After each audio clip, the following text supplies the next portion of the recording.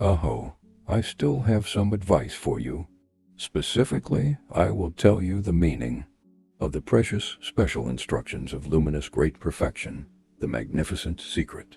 Please remember what I say. The mind's nature is the character of great perfection.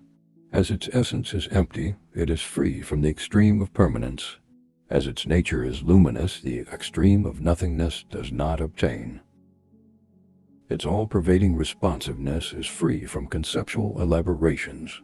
Like the sun in the sky, it does not hold back or choose sides.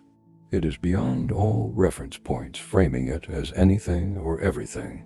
Please understand this nature of things, the fundamental condition.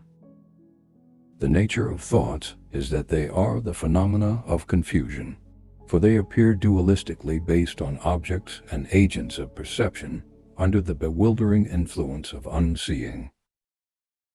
When you hold what is not real as real, it sure seems real. When you hold what does not exist as existing, it sure seems to exist. When you take what is incorrect as correct, it sure seems correct. What is by nature non-existent is like a magic show. Please understand appearances perceived in confusion to be non-existent by nature.